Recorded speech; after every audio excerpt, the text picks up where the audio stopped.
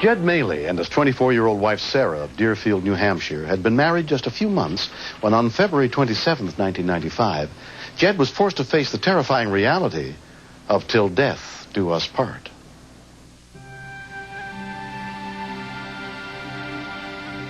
We consider each other best friends, and finally did get married, and we have the house that we've dreamed about.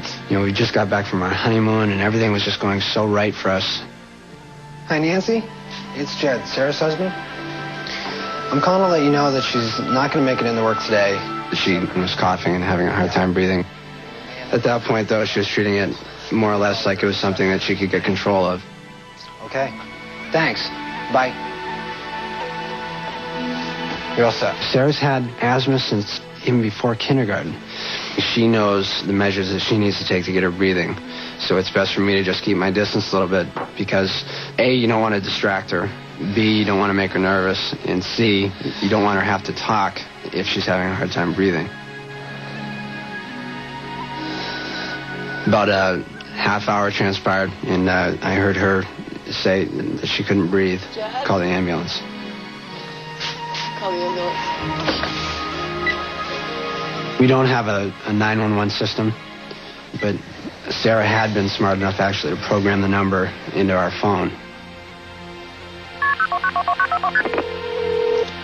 Deerfield Fire and Rescue. Hi, this is Jed Maley up on 201 Road. Yes, sir. My wife's having an asthma attack. She doesn't feel like she can make it to the emergency room. Okay. Has she taken any inhaler or anything like that? Yeah, she's got 3 of them, but... It's not doing any good. Right. All right, we'll have the ambulance head right up. All right, thanks. Bye.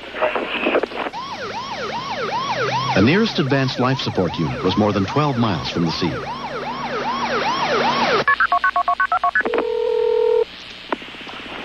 Deerfield Fire and Rescue. 201 Road. She's passed out and she's not breathing. Okay. Where is she right now? She's on the floor. She's on the floor. Okay. Do you want me to give you instructions on what to do? Yeah, please. Okay. Her lips were deep, deep purple.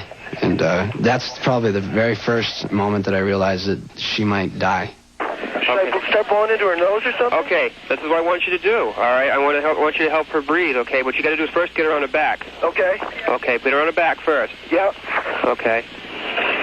Okay. All right. And what you're going to do is you're going to put your palm of your hand on her forehead and tip her head back. Okay. And lift up the chin with the other hand. Okay. Okay. That should keep the tongue out of the back of her throat. Okay. And when you give her a breath, okay, you got to pinch your nose. Okay. And you're going to give her a breath, you know, put your lips on hers and just blow into her. And hopefully what you want to do is make sure the chest goes up, not the stomach. Okay. Okay, so try that. All right, hold on. I just kept saying over and over again that, you know, you can't leave me now. You can't do this. She's in respiratory arrest. I'm giving directions over the phone right now. Okay, is any air going in? I can't tell. Okay. What you're going to do, when you tip the head back far enough, yeah. Okay, as you breathe into her, you should see either the chest or the stomach rise. Okay, hold on. Okay, try it again.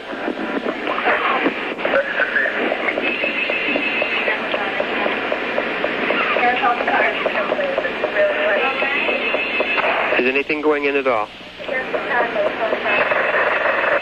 Jed?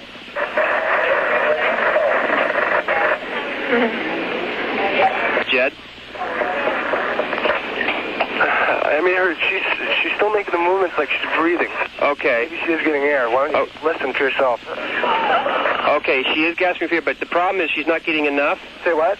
She's not getting enough air. Right. So you got to keep doing it, okay? Okay. All right. But try and work with her. Watch her chest go up and down. Okay. Okay. Do it. Stay on the line with me. Yeah, I will. Okay, honey. I anticipated giving a nice big breath of fresh air and watching her chest rise, but when I blew into her mouth, it was like blowing against her hand. You know, she's dying in front of me. I'm hoping that it's working, but in the back of my mind, I know it's not. Jed? Hello? Hello, Jed? Yeah. Okay, what's going on there now? I hear her wheezing in the background. Yeah, he's got the oxygen on her mouth. Okay, this is a rescue guy there? Yeah, from Deerfield. Okay, the ambulance will be there momentarily, all right? If the rescue's there, then we can hang up the call. He'll take over, okay? Sorry all right. about that. That's okay, Jed. Don't apologize. All right. All right, bye. Moments later, Raymond Ambulance paramedic Pete Malvey arrived. Another paramedic that I work with had recently gone on a very similar call, and his patient ended up expiring. And I have asthma. My wife has asthma. We also are newlyweds, so it became very personal to me. Teeth are really clenched. She was having agonal respirations, which is a condition where it's literally the last gasps of breath before a patient completely stops breathing. No, she's all stuck. All right, ventilator again, Ron. I'm gonna have to try nasal. We tried to open her mouth, it wouldn't work.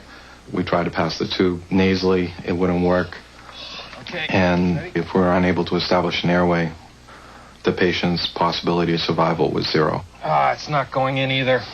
The last-ditch attempt was to use my hands to displace the jaw, and that would allow me to try and get a laryngoscope in so I could see where the tube needed to be placed.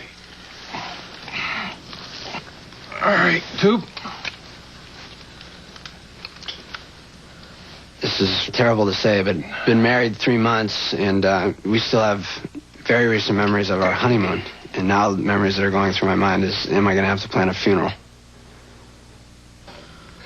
How's it sound? Air exchange. Both? Good. Okay, we're in. Good.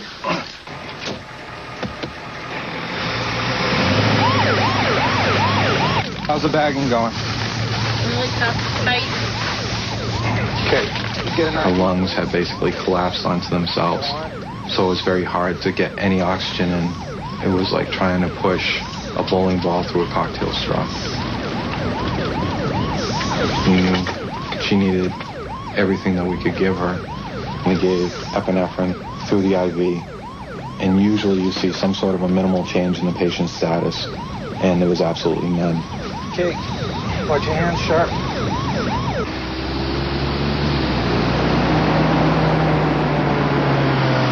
I got to the hospital, and one of the members who was riding up front in the ambulance started walking to the back, and I said to her, and I said loudly, "Is she okay?" Is she okay? And she looked at me and she didn't respond. And I mean, she was dead. I was just about sure at that point. And they opened the doors and she was sitting up. You know, her eyes were open. She was holding her own oxygen mask, and she looked better than I think she ever has in her entire life. It had gone from the worst day to the best day of my life in a matter of minutes. At Elliott Hospital, 24-year-old Sarah Maley was examined by emergency physician Sandy King. Lana, she's pretty tight. You want to get the intubation stuff ready? She was so shut down that air basically couldn't get into her, but she responded much quicker than we thought she would. Lobo, you want to get the, run that into a non-rebreather mask? All the heavy-duty work had been done on the ambulance. They saved her life on the ambulance. Just take some deep breaths. So just get that stuff ready. She sounds like she's loosening up a little bit, so. I'll try to keep her from. Get her to sit. Yeah. Sarah is now under the care of a pulmonary specialist who has taught her how to better monitor her asthma and is treating her with a new medication. Because I've had asthma all my life, I thought for the longest time that I could control it, and they hit me like a ton of bricks. I don't want to say I'm glad it happened, but in a way, you know, it really opened our eyes as far as getting us the help we needed and getting us to take it more seriously. Ooh, turkey burgers for vegetarians, the real red meat for the rest of us. Pete is just a great person. He saved her life, and he made all the difference. I didn't even know how you say thank you to something like that. Just on the West Coast. If he hadn't done what he did, I'd be a mess. There you go. Look at myself. There was a sense of accomplishment that not only had I helped the patient, but I had helped the husband. I began thinking about what if it had been my wife instead of his that day. And I think somewhere along the line, I was working Sarah for Jed. There's no doubt the system is what saved Sarah. There was a speed dial. The husband had the state of mind to be able to listen to the dispatcher's directions. The rescue members arrived fairly quickly with oxygen, and our treatment was extremely aggressive. If any link in that chain had been broken, Sarah wouldn't have made it. everybody made a difference. Everybody touched her, and she touched everybody. We're gonna salvage it? Yes! All right. Save your wife, save a bird. All works out. You gotta have her out. I have no fire. Next. There were two ladies in the car. There was no way that they could get out. They would have been swept away with the current immediately. We're not getting any response.